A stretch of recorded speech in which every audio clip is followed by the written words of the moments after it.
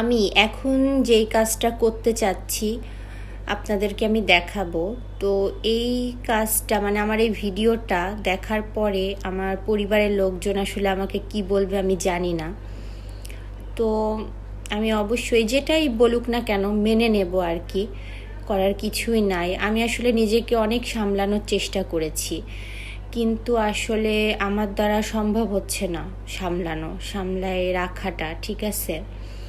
মানে আমি খুব চেষ্টা করেছি নিজেকে বোঝাতে, কিন্তু আমি কোনোভাবেই নিজেকে বোঝাতে পারছি না।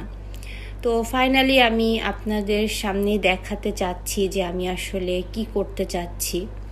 সেটা হচ্ছে এই যে আইসক্রিম।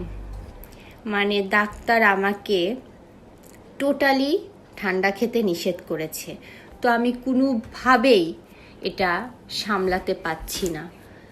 আইসক্রিমের লোভ সামলানো যায় বলেন তো?